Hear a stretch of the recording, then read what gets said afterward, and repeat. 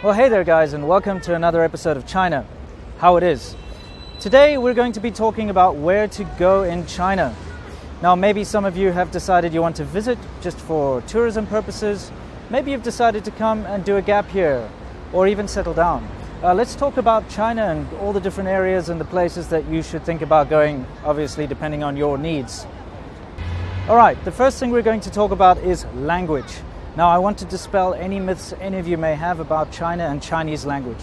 Before I came to China, if someone said I speak Chinese, well, I didn't really know what that was. But as it turns out, there are tons and tons of different dialects all around China, and there are various different types of Chinese language. The one you need to know, though, the one that is important, is Mandarin. Now, don't listen to anyone who tells you any different. Mandarin is understood around the entire country. Alright guys, now that we've established that Putonghua, also known as Mandarin, is the language that you should learn if you want to be understood all over China, let's talk about foods. Now, China has an incredibly diverse range of foods, and every single province and every little town has their own specialty.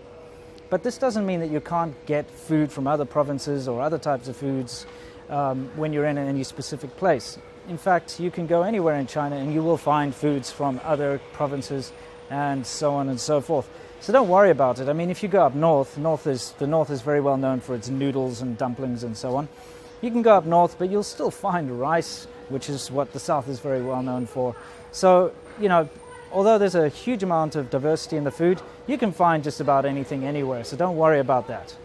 However, if you are the kind of expat coming to China who absolutely must have foreign foods, foreign brands, etc., then I suggest you move to one of the first tier cities, of which there are only 4.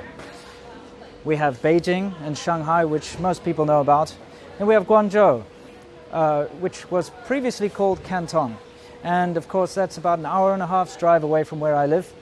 And finally we have Shenzhen, the city that I live in, which, although previously wasn't very well known, is becoming more and more well known. I think I may have something to do with that, because quite often foreigners come up to me when they see me here and say, "Hey man, I moved to Shenzhen because I saw your videos."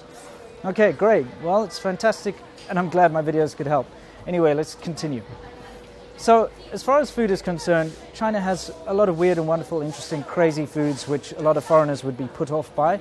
But there's also tons and tons of interesting, wonderful, delicious foods that appeal to foreigners.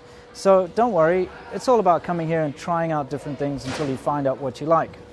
Now, if you'd like some more in-depth information about food in the different provinces and areas, go check out C Milk's video. Put a link over here for you. I've traveled with him before, and he's the kind of guy, when we get to a new area, I'll go find a restaurant and just try the food, but he'll Google it and he'll find out about the minorities and the culture and everything. And he's really into researching that kind of thing.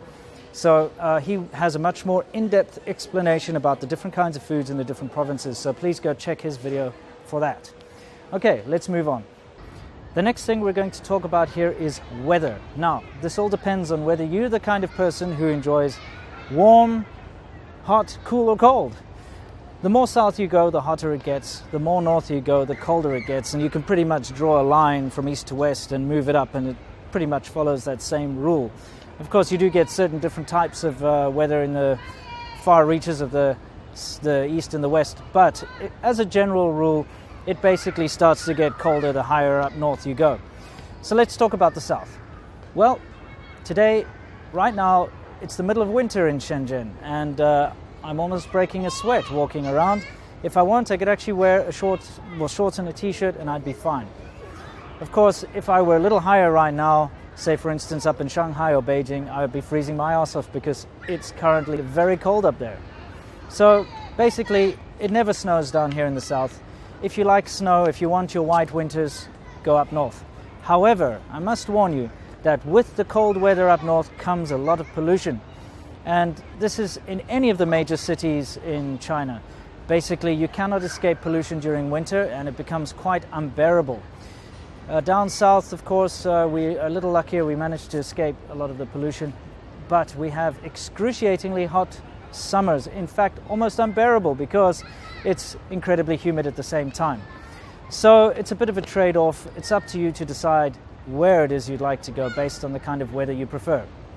Just bear this in mind. everything down south here is air conditioned. So buses, taxis, shopping malls, pretty much everywhere you go, all your apartments here have got very, very good air conditioning. So you can survive the hot winters as long as you're indoor. Hot summers, what am I saying? Up north as well, a lot of sort of central heating, so you don't need to worry about that. The northern cities have got the infrastructure, all the big buildings there have good central heating. However, there is a middle part of China which doesn't have central heating, but is right there at the top where it starts snowing and it's really cold, and that can get incredibly cold. So basically anything below the Huanghe River doesn't have central heating. Look it up, find out which city you're going to, just check the annual weather patterns. It's very easy to find out online. Once again, for a little bit more detailed information, you could check out Seamilk's channel. Moving to or visiting China is quite an adventure, but of course it's entirely up to you just how much of an adventure it's going to be. You can basically base this on the city, the tier of the city that you're going to go to. If you go to a big first-tier city like the 4 I've mentioned before, you will be able to find people that speak some English, especially in places like Shanghai that have a huge foreign community. So you'll find people that speak English, you'll find the kind of foods you're used to, and all the normal amenities, and it will be quite an easy ride. But of course, if you drop down to sort of second, third-tier cities, second-tier city like Changsha or Chengdu, something like that, you'll find it a little more difficult. Then go even further down to third-tier cities like Guangzhou or various other small cities around the place. Even more difficult. Less people, in fact, very few people will speak English. It will be very difficult to find any kind of Western food other than really sort of rubbish chains like McDonald's and KFC. And of course, these terrible sort of Western restaurants that are just a Chinese person's idea of Western food. Okay, then of course if you drop down to little towns and villages, then that's of course really difficult, where you will absolutely have to be able to speak some Chinese to survive. So it's quite easy to look up the city that you're planning to go to, or the town or the village. Find out what its status is. Is it a first, second, third, fourth, fifth tier, 100th tier? Well, you know what I mean. That's basically the easiest way to judge just how much of an adventure you're going to have. Alright guys, now I'd like you to all know that the information that I've just given you is based entirely on my own personal experience. I have traveled all over China. I've been all the way up in the north. I've been throughout the east, the center of China, and of course down south. And please don't forget that I've done a lot of motorcycle trips where I take my motorbike and I go through small towns and small villages out in the sticks in the rural areas. And everywhere that I've gone, I've been able to communicate in Mandarin with the locals. And although in some places it's been a challenge due to dialects, I can still always get my point across. So just remember, you don't need to worry about language, Mandarin. If you know Mandarin, if you're studying Mandarin, you'll be okay. I've also always been able to find palatable food. So for those of you who are worried about going somewhere and like, oh, there's nothing I can eat, don't worry. There will be something that you can eat. And whether it's just fried rice or dumplings or something, you will find something that you can eat and enjoy anywhere in China. If you want some more specifics, please go check out Seamilk's video, because he will give you the sort of breakdown of everything specific. My videos are more based on my personal experience and what I've seen and how, where my adventures have taken me. So basically, I don't want to ruin it for all of you guys. China is an adventure, and I think if you are planning to come here, that you should, of course, be prepared, but also just come with an open mind. Go to whatever city or whatever province you find interesting or you think may be interesting, and just experience it for yourself. Anyway, guys, thank you very much for watching. The next one will be all about visas, so I'll see you in the next video. Don't forget to check out Seamilk's video about where to go in China. And until next time, guys, stay awesome.